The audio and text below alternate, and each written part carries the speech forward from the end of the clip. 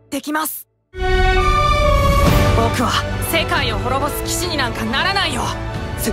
世界を滅ぼすって。俺も君たちについていきます。私はいつか聖騎士になる。俺の名前は狐じゃなくてシンだ。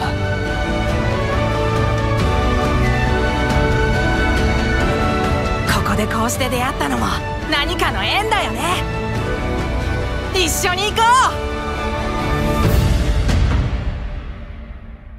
Les bros, ici Big Manga, j'espère que vous allez bien, Captor ça va. Alors comme vous l'aurez remarqué, nous avons eu ce dimanche matin la sortie officielle du second teaser de l'anime des 4 chevaliers de l'Apocalypse. Et comme nous avons déjà la date de sortie officielle, nous allons juste analyser les différents cadres de ce teaser. Je vais aussi vous expliquer pourquoi nous n'avons pas de scène d'action. Donc quelques scènes coincées et statiques qui a fini par laisser beaucoup de gens avec une mauvaise impression concernant l'anime. Mais bon, il y a une raison à cela. Je vais vous l'expliquer au cours de la vidéo. Si vous aimez ce manga, laissez rapidement un gros pouce bleu sous cette vidéo, partagez-la, rejoignez cette bataille qui s'annonce peut-être palpitante en vous abonnant et en activant la petite cloche de notification. Vous ne serez peut-être pas déçus car c'est l'un des meilleurs soutiens que vous pouvez apporter à la chaîne. Alors merci à vous et merci à ceux qui sont déjà abonnés.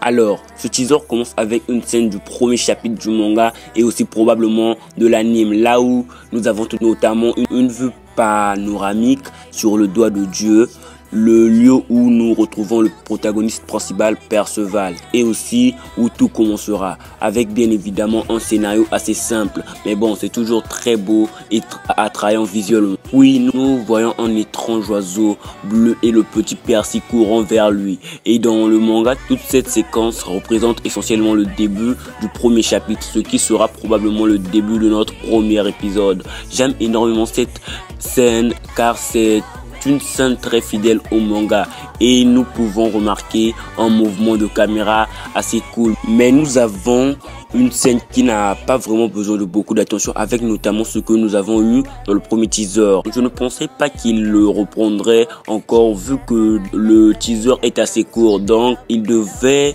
mettre des scènes inédites. Mais bon, ce teaser est fait pour que nous puissions comprendre, mais en allant dans la scène suivante, nous allons au-delà du premier épisode, là où nous avons la présentation du premier groupe de Percy formé d'Elba, de Donnie. Nous pouvons à peine voir Gant. Et donc avec cette scène, nous voyons les personnages qui sont visuellement beaux et bien dessinés. Mais le problème c'est que c'est une scène pratiquement statique. Là nous avons un Percy parlant mais avec une bouche qui ne bouge pas. Le seul mouvement que nous avons est juste la caméra qui s'approche. Et pourquoi cela se produit? Et bah en fait la réponse elle est simple car presque toute cette scène et presque toutes les scènes d'après ont juste été conçues pour la promotion de l'anime, donc nous ne les retrouverons probablement pas dans l'anime, à la différence de cette scène avec Tony parlant tiré du chapitre 5 et qui sera probablement dans l'épisode 2 ou 3 de l'anime. Ils ont même pu le camoufler avec la voix intégrant parfaitement avec Donnie. À ce moment, qui a peur en apprenant que Percy détruira le monde, et aussi l'acteur qui interprète Donnie a interprété Denji dans Chainsaw Man, donc nous aurons peut-être un bon truc. Ensuite, nous avons une scène avec le maximum du chapitre 7 qui devra probablement apparaître dans l'épisode 3 et encore une fois, nous avons une scène statique là où nous avons juste le mouvement de la caméra et nous avons ce dernier parlant comme je vous l'ai dit sans que sa bouche ne bouge. Il est interprété par une femme et c'est l'une des voix que j'aime le plus dans ce teaser. Et en passant à la prochaine séquence, nous avons une scène avec maintenant Anne Galad, si je ne dis pas de conneries, c'est ça son nom putain, probablement tiré du chapitre 14 voire plus. Nous pouvons imaginer pouvoir voir cela à l'épisode 5 et comme pour les autres scènes, parce qu'ils n'ont probablement pas encore fait cet épisode, la scène est statique et c'est parce qu'elle a été faite exclusivement pour le teaser et nous écoutons aussi sa voix. D'après moi, ça lui va beaucoup. Et bien évidemment, dans ce teaser, je ne pouvais pas manquer la scène avec notre petit renard comme nous le voyons avec cette scène. C'est la première rencontre entre lui et Percy après sa chute du doigt divin. Tout cela est tiré du chapitre 2 et sera probablement mis dans la seconde moitié de l'épisode 1 de l'anime. Et donc, dans ce cas, c'est probablement une scène déjà finie, donc tirée de l'épisode 1, car c'est c'est dans le second chapitre du manga. Nous avons le teaser se terminant avec une scène nous montrant Percy descendant le doigt divin en ayant là sa première vision du royaume de Britannia. Et ici, il est clair que c'est une scène beaucoup plus fluide avec ce cadre juste incroyable permettant d'enrichir nos yeux. Et c'est juste parce que c'est une scène premier épisode qui est probablement déjà fini. Dans ce second teaser, comme vous aurez pu le remarquer, par ces scènes et mes petits commentaires, c'est un teaser qui a comme focus la présentation du groupe Percy, le premier groupe, le protagoniste, et nous ne retrouverons pas par exemple sa naissance car ces éléments sont beaucoup plus loin et le studio n'a pas le matériel pour le faire, ou encore peut-être que nous ne le retrouverons pas dans la saison 1.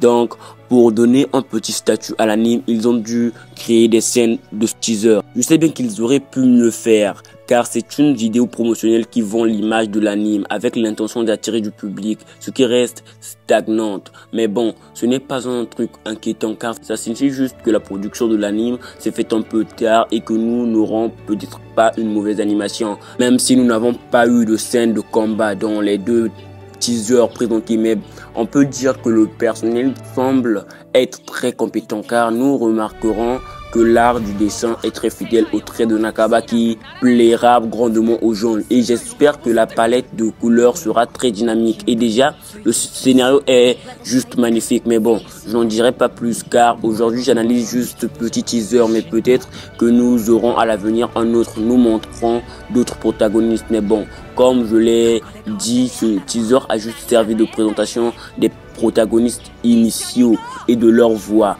En plus de ce teaser, nous avons également eu des nouvelles de la seconde partie du film concernant la rancune d'Edinburgh. Mais bon, là c'était grandement différent, ce qui m'a un peu énervé car nous n'avons eu que des photos qui ont fuité avant. Alors, nous avons eu Lancelot reprenant sa forme de fée pour certains motifs portant Tristan et son cheval. Et aussi une autre scène comique entre les deux persos. Je pensais que ça allait être mieux si nous avions eu ce genre de scène dans la première partie, mais bon, ça va. Nous allons peut-être avoir plus de scènes de ce genre avec cette seconde partie. Et enfin, nous avons une scène nous montrant les péchés, ou du moins certains d'entre eux. Et souvenez-vous que la seconde partie de ce film sera présentée en avant-première au mois d'août, et j'avoue que j'ai hâte de la voir, vu que j'ai grave kiffé la première partie. Mais à part cela, je veux savoir ce que vous avez pensé de ce teaser, de l'anime, et qu'attendez-vous de la seconde partie. Nous pourrions, je l'espère, continuer cette conversation dans les commentaires. Merci beaucoup à ceux qui sont restés jusqu'ici. Sur ce, bonne continuation.